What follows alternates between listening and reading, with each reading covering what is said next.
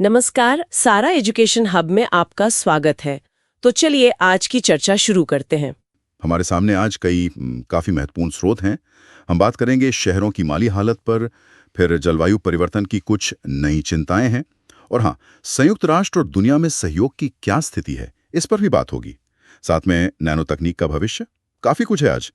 हमारा काम है इन सब स्रोतों से ज़रूरी बातें निकालना, गहरी समझ बनाना, ताकि ये जो मुश्किल विषय हैं ये भी आसानी से समझ आ सकें। तो चलिए इन विषयों पर बारीकी से बात करते हैं। शुरुआत करते हैं एक आंकड़े से। ये थोड़ा चौंकाने वाला है। भारत के शहर देश की जीडीपी में, आप सोचिए, करीब 2/3 का योगदान देते हैं, लेकिन देश के कुल टैक्स राजस्व का 1% से भी कम उनके हाथ में होता है। यह तो एक बड़ा वित्तीय संतुलन लगता है।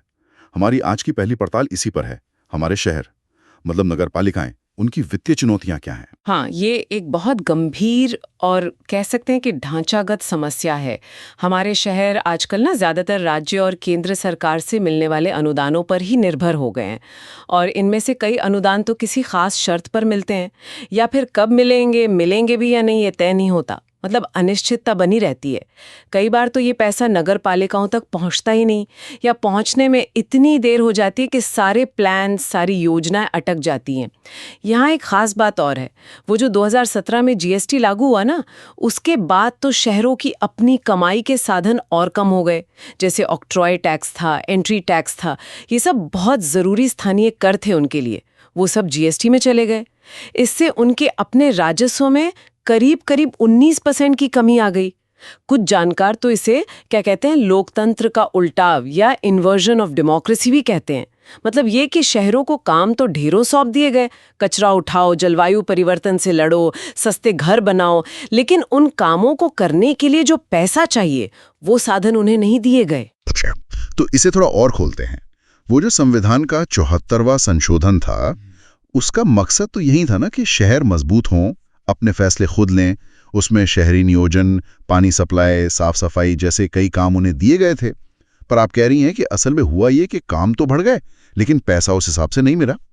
तो फिर इनके पास कमाई के रास्ते हैं क्या? मतलब पैसा आता कहाँ से है? जी, उनके पास आमदनी के कई स्रोत होते हैं। सैद्धांतिक रूप से तो पहला तो है उनका अपना राजस्व, जैसे प्रॉपर्टी टैक्स हो गया, पानी या सीवर का बिल यानी उपयोगकर्ता शुल्क, विज्ञापन पर टैक्स वगैरह। दूसरा स्रोत है ऊपर की सरकारों से मिलने वाला पैसा। इसमें राज्य और केंद्रीय वित्त आयोग से जो अनुदान मिलते हैं वो शामिल है। साथ ही अमृत जैसी योजनाएं हैं, स्मार्ट सिटीज मिशन है, इनसे भी खास कामों के लिए फंड आता है। तीसरा जरिया है कर्ज लेना या बॉन्ड जारी करना। कुछ शहरों ने ऐसा किया भी है, जैसे अहमदाबाद, पुणे, सूरत, इन्होंने म्यूनिसिपल बॉन्ड निकाले हैं। और चौथा है पब्लिक प्राइवेट पार्टनरशिप, मतलब पीपीपी मॉडल। तो ये सब स्रोत तो हैं, फिर भी उनकी माली हालत सुधारना इतना बड़ा मुद्दा क्यों बना हुआ है? इतना जरूरी क्यों है ये? देखिए, गौर करने वाली बात यह है कि ये जो शहरी निकाय हैं ना, ये लोकतंत्र की सबसे पहली सीढ़ी हैं, आम नागरिक के सबसे करीब, और यही हमें बुनियादी शहरी सेवाएं देते हैं, सड़कें, पानी, सफाई, सब कुछ। और जैसे जैसे आबादी बढ़ रही है, शहर फैल रहे हैं, तो इन पर अच्छी सुविधाएं देने का दबाव भी बढ़ता जा रहा है। पर दिक्कत यह है कि अक्सर इनके पास ये जो नए तरीके हैं ना पैसा जुटाने के, जैसे म्यूनिसिपल बॉन्ड या पीपीपी, उनको इस्तेमाल करने की क्षमता ही नहीं होती या सही ढांचा नहीं होता। और जब माली हालत खराब होती है तो उनकी क्रेडिट रेटिंग भी गिर जाती है। और एक और बात, स्थानीय नेता अक्सर वोट खोने के डर से प्रॉपर्टी टैक्स जैसे जरूरी टैक्स बढ़ाने से भी कतराते हैं। हाँ, ये बात तो है। वैसे सरकार ने कुछ कदम उठाए भी हैं शायद इस दिशा में। मैंने पढ़ा था अमृत 2.0 के बारे में। उसमें म्युनिसिपल बॉन्ड लाने के लिए शहरों को शायद कुछ प्रोत्साहन दिया जा रहा है। और वो सासी योजना भी है शायद, जिसके तहत प्रॉपर्टी टैक्स सुधार करने वाले राज्यों को मदद मिलती है। डिजिटल सुधारों की भी बात होती है, जैसे ऑनलाइन टैक्स पेमेंट वगैरह। हाँ बिल्कुल, ये कुछ कदम उठाए गए हैं, और जो सुधार सुझाए जा रहे हैं उनमें कुछ और बातें भी शामिल हैं। जैसे एक सुझाव है कि अनुदानों और टैक्स में जो हिस्सा मिलता है उसे आमदनी का एक पक्का भरोसेमंद जरिया माना जाए, ताकि शहर पहले से योजना बना सकें। ये नहीं कि पैसा आएगा या नहीं इसी दुविधा में रहें। क्रेडिट रेटिंग का जो तरीका है उसे बदलने का भी सुझाव है। मतलब सिर्फ शहर की अपनी कमाई कितनी है यही न देखा जाए, बल्कि ये भी देखा जाए कि वहाँ शासन कितना अच्छा है, पैसे का प्रबंधन कैसा है। एक विचार ये भी है कि जीएसटी मुआवजे या राज्य के राजस्व में जो हिस्सा मिलता है उसे गारंटी या कोलैटरल की तरह इस्तेमाल करके नगर पालिकाओं को कर्ज लेने दिया जाए। और प्रॉपर्टी टैक्स सिस्टम को तो बेहतर बनाने की बहुत ज़रूरत है। जीआईएस मैपिंग का इस्तेमाल हो, समय पर प्रॉपर्टी का मूल्यांकन हो, टैक्स वसूली सुधरे, ये सब। और अगर हम बड़ी पिक्चर देखें तो ये सारे सुधार असल में सहकारी संघवाद को मजबूत करेंगे, जहां केंद्र, राज्य और शहर मिलकर काम करें। शहरों को एक तय फॉर्मूले के हिसाब से बिना ज्यादा शर्तों के फंड मिले। ये सब मिलके ही शहरों को वो जो सतत विकास लक्ष्य 11 है, टिकाऊ शहर और समुदाय, उसे हासिल करने में मदद करेंगे और उन्हें आत्मनिर्भर बनाएंगे। सही कहा। चलिए अब विषय बदलते हैं, रुख करते हैं जलवायु परिवर्तन की तरफ। ऑस्ट्रेलिया से एक खबर आई है जो काफी चिंताजनक लग रही है। वहां के उत्तर पूर्वी उष्णकटिबंधीय जंगल, एक ताजा स्टडी कह रही है कि वो दुनिया के पहले ऐसे जंगल बन गए हैं जो कार्बन सोखने के बजाय अब कार्बन छोड़ने लगे हैं। मतलब सिंक से सोर्स बन गए हैं। ये तो वाकई चौंकाने वाली बात है। हाँ, ये बहुत चिंता की बात है। पहले थोड़ा सा ये समझ लेते हैं कि ये कार्बन सिंक और सोर्स होते क्या हैं। देखिए, कार्बन सिंक वो होता है जो हवा से कार्बन डाइऑक्साइड सोखता ज्यादा है और छोड़ता कम है। जैसे हमारे जंगल, पेड़ पौधे फोटोसिंथेसिस करते हैं तो वो हवा से CO2 लेते हैं और उसे अपनी लकड़ी, जड़ों, पत्तियों में जमा कर लेते हैं। मिट्टी में भी कार्बन जमा होता है। महासागर भी बहुत बड़े कार्बन सिंक है, वो सीधे हवा से CO2 सोख लेते हैं।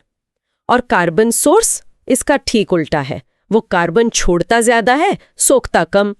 प्राकृतिक सोर्स भी होते हैं, जैसे हम सांस छोड़ते हैं तो CO2 निकलती है, ज्वालामुखी फटते हैं, जंगल में आग लगती है। और इंसानों की वजह से होने वाले सोर्स तो हम जानते ही हैं, कोयला, पेट्रोल, गैस जलाना, जंगलों को काटना, सीमेंट और स्टील जैसे उद्योग, ये सब। अच्छा, तो ऑस्ट्रेलिया के उन जंगलों में ऐसा क्या हो गया कि वो सिंक से सोर्स बन गए? वो कार्बन छोड़ने क्यों लगे? यहाँ जो दिलचस्प बात सामने आई है वो ये कि इसकी मुख्य वजह है जलवायु परिवर्तन। क्लाइमेट चेंज के कारण वहाँ पेड़ों के मरने की दर बढ़ गई है। स्टडी बताती है कि बढ़ता हुआ तापमान, लंबे समय तक सूखा पड़ना, हवा में नमी की बहुत ज्यादा कमी होना, जिसे वैज्ञानिक VPD या वेपर प्रेशर डेफिसिट कहते हैं, और बार बार आने वाले भयंकर चक्रवात, ये सब मिलकर पेड़ों को मार रहे हैं या उन्हें बहुत कमजोर कर रहे हैं। और जब पेड़ मरते हैं या सड़ते हैं तो उनमें जो कार्बन जमा होता है वो वापस हवा में चला जाता है। शोध में ये भी पाया गया कि सिर्फ एक बड़ा चक्रवात भी जंगल के कार्बन सोखने की जो क्षमता है उसे करीब 6 साल तक कम कर सकता है। बाप रे, इसका मतलब क्या हुआ? फिर इसके नतीजे क्या हो सकते हैं? दूर तक क्या असर पड़ेगा इसका? देखिए, ये एक बहुत ही खतरनाक दुष्चक्र, एक विशियस फीडबैक लूप शुरू कर सकता है।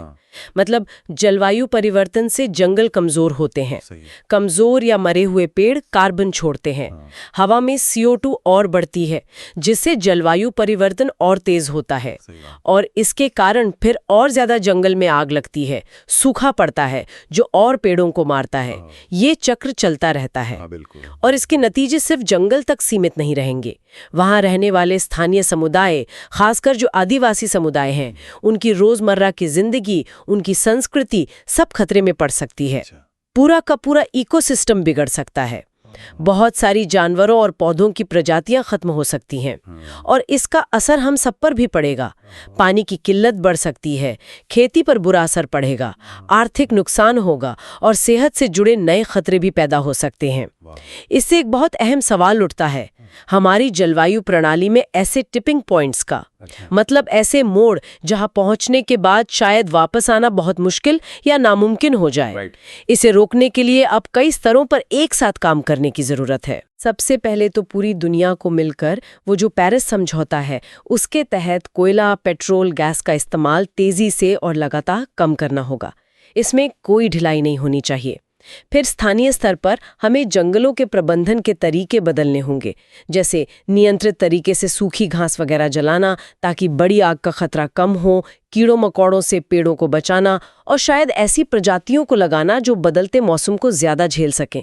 हमें ऐसी नीतियां बनानी होंगी जो जलवायु के असर को कम करने में मदद करें, जैसे खेती में पानी बचाने वाले तरीके अपनाना, सूखा झेल सकने वाली फसलें उगाना, और जो सबसे ज़रूरी बात मुझे लगती है वो है स्थानीय समुदायों को, खासकर वहाँ के मूल निवासियों को इस काम में शामिल करना, उन्हें सशक्त बनाना।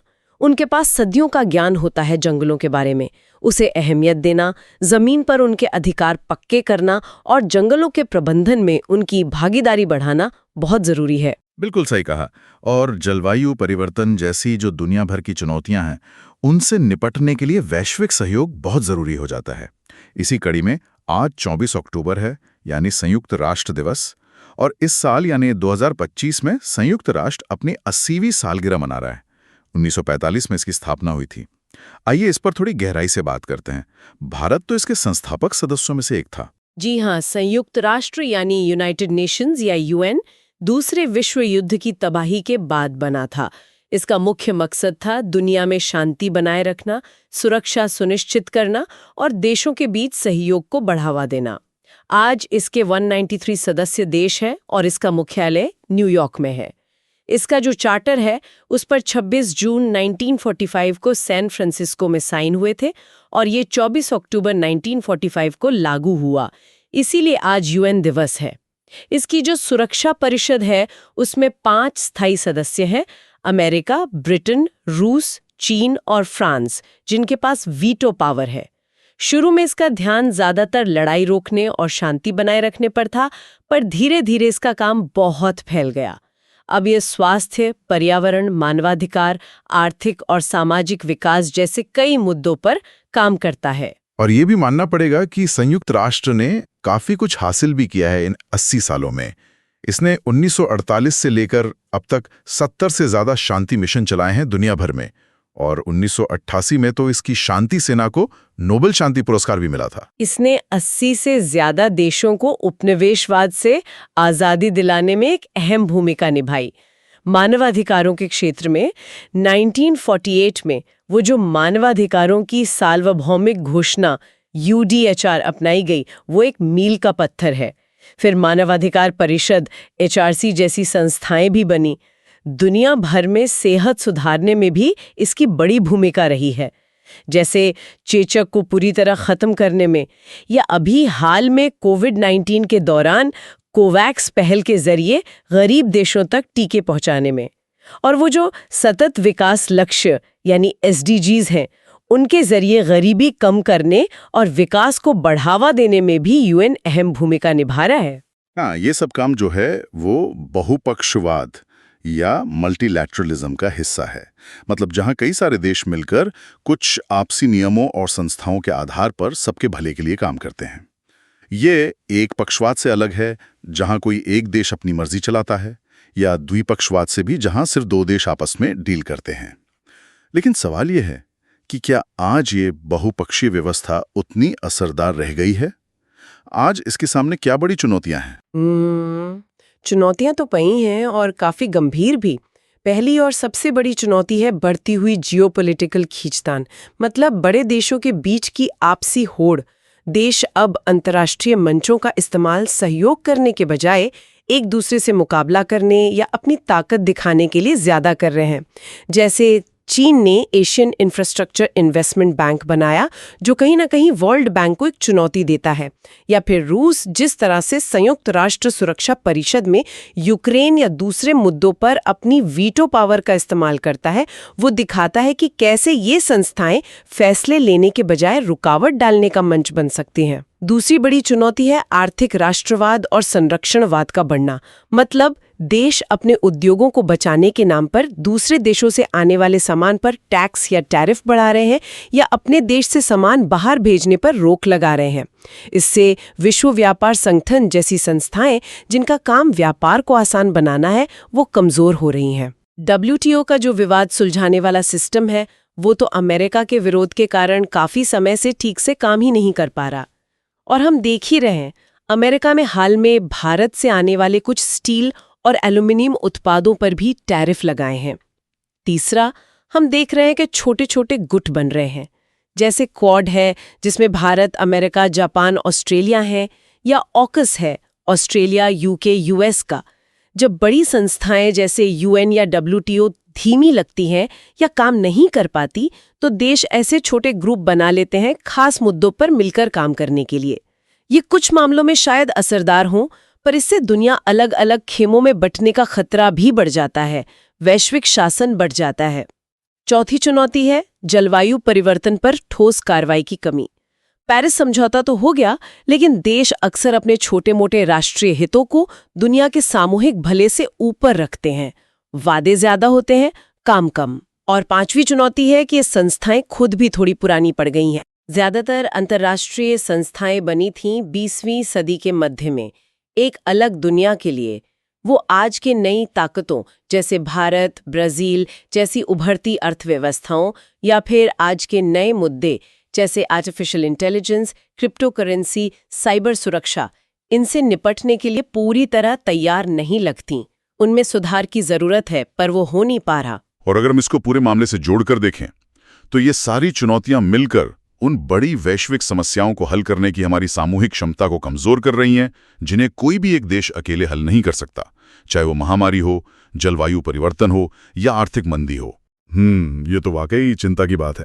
तो इस पूरी स्थिति में भारत कहाँ खड़ा है? भारत की क्या भूमिका है या हो सकती है? देखिए, भारत पारंपरिक रूप से बहुपक्षवाद का एक मजबूत समर्थक रहा है और इसे बनाए रखने में अहम भूमिका निभा रहा है। भारत यूएन के शांति अभियानों में हमेशा से सबसे ज्यादा सैनिक भेजने वाले देशों में से एक रहा है। 1950 के दशक से लेकर अब तक 50 से ज्यादा मिशनों में भारत ने करीब 2,90,000 सैनिक भेजे हैं। ये बहुत बड़ा योगदान है। अभी 2025 में भारत ने Mahasagar maritime and holistic advancement, security and growth for all in the region vision launch किया है।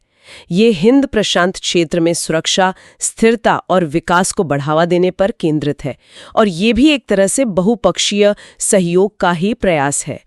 इसके अलावा भारत ब्रिक्स, ब्राजील, रूस, भारत, चीन, दक्षिण अफ्रीका, क्वाड, आसियान जैसे अलग-अलग मंचों पर भी बहुत सक्रिय है। इन मंचों के जरिए भारत सुरक्षा, तकनीक, व्यापार, जलवायु परिवर्तन जैसे कई मुद्दों पर दूसरे देशों के साथ मिलकर काम कर रहा है। तो भारत एक तरह से संतुलन बनाने की कोशिश कर रहा है। अच्छा, चलिए, ये तो हुई बड़ी वैश्विक बातें। अब जल्दी से कुछ और जरूरी अपडेट्स पर नजर डालते हैं जो हमारे स्रोतों से सामने आई हैं।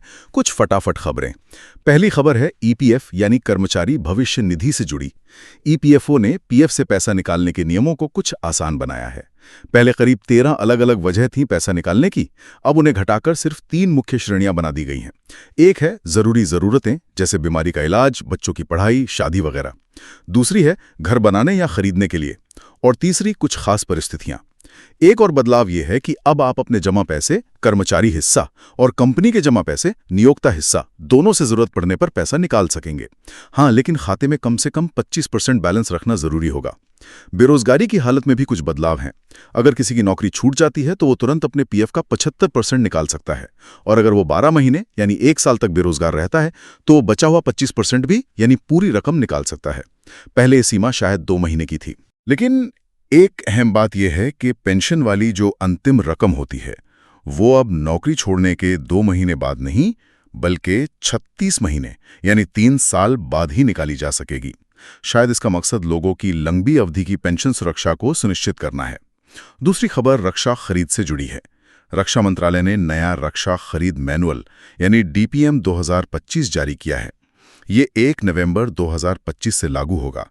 इसका मुख्य मकसद है खरीद प्रक्रिया को आसान बनाना, उसमें एकरूपता लाना और हमारी सेनाओं की ऑपरेशनल तैयारी को बेहतर करना। ये करीब 1 लाख करोड़ रुपए की सालाना राजस्व खरीद को देखेगा, मतलब जो रोजमर्रा के सामान, पुर्जे, रखरखाव वगैरह पर खर्च होता है। इसमें कुछ खास बातें हैं, जैसे अगर कोई कंपनी सामान सप्लाई करने में देर करती है तो उस पर जो जुर्माना लगता था एलडी, उसमें कुछ ढील दी गई है, और जो सामान देश में ही बनाए जा रहे हैं स्वदेशीकरण, उनके लिए कंपनियों को 5 साल या उससे भी ज्यादा के पक्के ऑर्डर मिल सकेंगे। इससे उन्हें प्रोत्साहन मिलेगा। एक और बदलाव यह है कि अब अगर सेना को ऑर्डिनेंस फैक्ट्री बोर्ड के अलावा किसी और कंपनी से सामान खरीदना है तो उसके लिए पहले एनओसी लेने की जरूरत नहीं होगी। इससे प्रक्रिया तेज होगी। तीसरी खबर विज्ञान से है और काफी दिलचस्प है। एटॉमिक स्टेंसिल नाम की एक नई तकनीक आई है। इससे वैज्ञानिक सोने के एक बहुत ही छोटे कणों मतलब नैनो पार्टिकल्स पर पॉलीमर के पैच या धब्बे एकदम सटीक जगह पर लगा सकते हैं। सोचिए, परमाणु के लेवल पर। इसमें होता क्या है कि पहले आयोडीन के परमाणुओं को एक मास्क या स्टेंसिल की तरह इस्तेमाल किया जाता है। ये आयोडीन परमाणु सोने के कण के कुछ खास हिस्सों पर जाके चिपक जाते हैं। फिर उस पर पॉलीमर डाला जाता है। पॉलीमर सिर्फ उन्हीं हिस्सों पर चिपकता है जो आयोडीन से ढके नहीं हैं। अब सबसे मजेदार बात, इस तरीके से जो पैच बनते हैं वो इतने एक जैसे और सटीक होते हैं कि ये नैनो पार्टिकल्स खुद ब खुद अपने आप ही एक सदे हुए 3D क्रिस्टल जैसी संरचना में जम जाते हैं, जिसे सुपर लैटिस कहते हैं। ये नैनो साइंस के क्षेत्र में एक बहुत बड़ी कामयाबी मानी जा रही है। इसका इस्तेमाल भविष्य में कई जगहों पर हो सकता है, जैसे दवा को सीधे कैंसर सेल तक पहुंचाने में, या बेहतर कैटलिस्ट बनाने में जो केमिकल रिएक्शन तेज करते हैं, या फिर नई तरह की इलेक्ट्रॉनिक्स और स्मार्ट मटेरियल बनाने में। और चौथी खबर जंगलों से जुड़ी है। खाद्य और कृषि संगठन FAO की ताज़ा रिपोर्ट आई है, वैश्विक वन संसाधन आकलन 2025 GFRA 2025। इसके मुताबिक दुनिया में कुल जंगल क्षेत्र के मामले में भारत 9वें नंबर पर है।